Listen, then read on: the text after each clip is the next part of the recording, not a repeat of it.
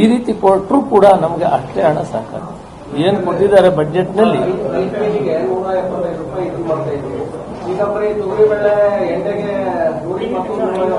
ನಿರ್ದಿಷ್ಟವಾಗಿ ಆಗಲ್ಲ, ಸ್ವಲ್ಪ ಹೆಚ್ಚು ಆಗ್ಬಹುದು, ಕಡಿಮೆ ಆಗ್ಬೋದು. ಅದನ್ನ ಟೆಂಡರ್ ಹಾಕಿದಾಗ ಅದನ್ನ ಪಾರದರ್ಶಕವಾಗಿ ಮಾಡ್ತೀವಿ, ಟೆಂಡರ್ ಮಾಡ್ತೀವಿ.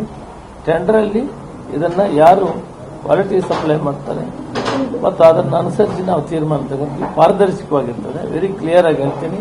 ಮತ್ತು ಗುಣಮಟ್ಟವನ್ನು ಕಾಪಾಡ್ತೀವಿ, ತೂಕವನ್ನು ಕಾಪಾಡ್ತೀವಿ. ಹಣದ ತೊಂದರೆ ಇಲ್ಲ, ಹಣ ಸರ್ಕಾರ ಒದಗಿಸಿದೆ, ಈ ಕೆಲಸವನ್ನು ಮಾಡ್ತೀವಿ. Thank you. ಅಕ್ಕಿ ಕೊಡ್ತಾ ಇದ್ದಾಗ 26 ರೂಪಾಯಿ 1 ಕೆಜಿ ಇರ್ತಾ ಇತ್ತು. ಈಗ ನೀವು ಬೇಳೆಗೆನೆ 150 ರೂಪಾಯಿ ಆಗುತ್ತೆ, ಎಣ್ಣೆಗೂ 150 ರೂಪಾಯಿ ನಿಮಗೆ ಒಂದಕ್ಕೆ 10 ಪಟ್ಟಾಗಿ ಹೋಗುತ್ತಲ್ಲ. ಏನೂ ಆಗೋದಿಲ್ಲ, ಲೆಕ್ಕಾಚಾರ ಮಾಡಿದ್ದೀವಿ, ಕರೆಕ್ಟಾಗಿ ಕೊಡ್ತೀವಿ. ನಾವೇನು ಹೇಳಿದ್ದೀವಿ ಅಷ್ಟನ್ನ ಜನರಿಗೆ ಸೇರಿಸ್ತೀವಿ. Thank you. ಇನ್ನೊಂದು, ಈಗ ಸಂಪುಟ ಪುನರ್ರಚನೆ ಏನೋ ನವೆಂಬರ್ ಅಲ್ಲಿ ಆಗುತ್ತೆ ಅನ್ನೋ ವಿಚಾರಗಳು ತುಂಬಾ ಮಾಡ್ತಾ ಇದ್ದಾರೆ. ಎಲ್ಲ ಹೈಕಮಾಂಡ್ ತೀರ್ಮಾನ ತಗೊಳ್ತಾ ಇದೆ, ನಾವ್ಯಾಕೆ ಅದಕ್ಕೆ ತಲೆ ಕೆಡಿಸ್ಕೊಳ್ಳೋದು.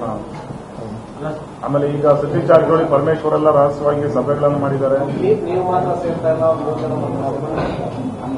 ಹಾಗೇನಿಲ್ಲ, ಈಗ ಇಬ್ರು ಸೇರಿ ಇವಾಗ ನನಗೆ ಸತೀಶ್ ಜಾರಕಿಹೊಳಿ ಹತ್ರ PWD ಮಿನಿಸ್ಟರ್, ನಾನು ಹೋಗಿ ಒಂದು ಅರ್ಜಿ ಕೊಡ್ತೀನಿ, ನಮ್ಮ ರಸ್ತೆಗಳು ಹಾಳಾಗಿದೆ, 10 ಕೋಟಿ ಮಂಜೂರು ಮಾಡಿ ಅಂತ. ಆದ್ರೆ ನೀವು ರಾಜ್ಯಸಭೆ ಬಂದ್ರೆ ನಾನೇನ್ ಮಾಡಕ್ಕಾಗುತ್ತೆ?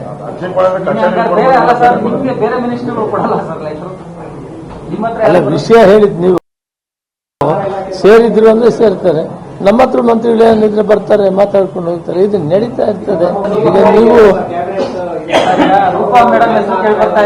ಸಂತೋಷವಾಗಲಿ ಸರ್. ಆಮೇಲೆ ತಾವು ಹಿಂದೆ ಒಂದು ಮಾತು ಹೇಳಿದ್ರಿ ಸರ್, ಹೊಸಬರಿಗೆ ಮತ್ತೆ ಯುವಕರಿಗೆ ಅವಕಾಶವನ್ನ ಮಾಡ್ಕೊಡ್ಬೇಕು ಅಂತ. ನಿಮ್ಮದೇ ದಾಟಿಯಲ್ಲಿ ಯಾವ್ದು ಚೂರು ಮಾತಾಡ್ತಿರ್ಬೋದ ಸರ್? ಎಲ್ಲ ತಮ್ಮ ಸ್ಥಾನವನ್ನ ಭದ್ರಪಡಿಸ್ಕೊಳ್ಳೋದು ಅದೆಲ್ಲ ಹೈಕಮಾಂಡ್ ತೀರ್ಮಾನ ತಗೊಳ್ತದೆ. ನನ್ನ ವೈಯಕ್ತಿಕ ಅಭಿಪ್ರಾಯ ಅದು, ಸರ್ಕಾರದ್ದು ಅಲ್ಲ, ಹೈಕಮಾಂಡ್ದು ಅಲ್ಲ.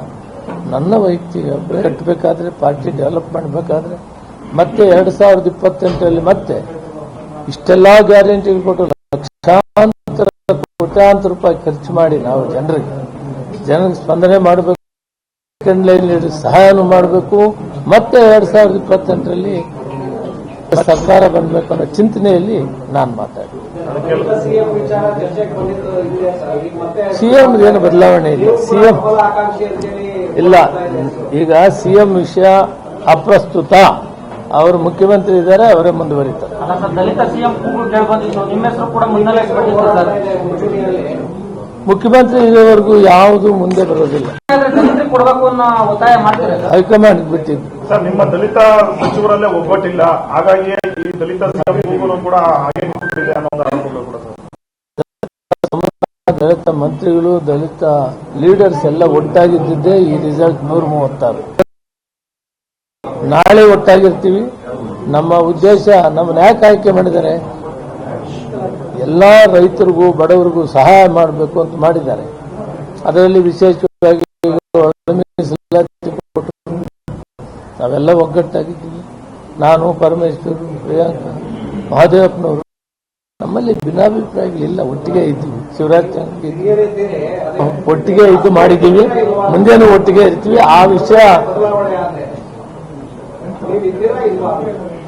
ನೋಡಪ್ಪ, ಮುಖ್ಯಮಂತ್ರಿ ಇದ್ದಾರೆ, ಅವರು ಮುಂದುವರಿತಾರೆ, ಒಳ್ಳೆ ಕೆಲಸ ಮಾಡ್ತಾ ಇದ್ದಾರೆ. ಅದ್ರ ಬಗ್ಗೆ ಬಿಟ್ಬಿಡ್ರಿ ಅಲ್ಲಿಗೆ. ಕೋಲಾರಕ್ಕೆ ನಿಮ್ಗೆ ಸ್ಥಳೀಯರಿಗೆ ಉಸ್ತುವಾರಿ ಕೊಡಬೇಕು ಅನ್ನೋ ಒಂದು ಆಗ್ರಹನೂ ಕೂಡ ನಿಮ್ದಾಗಿತ್ತು. ಮುಂದೆ ಏನಾದರೂ ಚೇಂಜ್ ಮಾಡ್ತಾರೆ? ಇಲ್ಲ, ನಾನು ಅದನ್ನ ಹೇಳಿಲ್ಲ. ಇಂಥವರಿಗೆ ಉಸ್ತುವಾರಿ ಕೊಡಬೇಕು ಅಂತ ನಾನು ಹೇಳಿಲ್ಲ.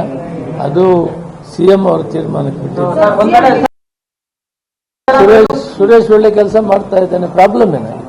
ಒಳ್ಳೆ ಕೆಲಸ ಮಾಡ್ತಾ ಇದ್ದಾನೆ, ಎಲ್ಲ ಸ್ಪಂದಿಸ್ತಾನೆ, ಎಲ್ಲ ಕಾರ್ಯಕ್ರಮಗಳು ಮಾಡ್ತಾ ಇದ್ದಾನೆ.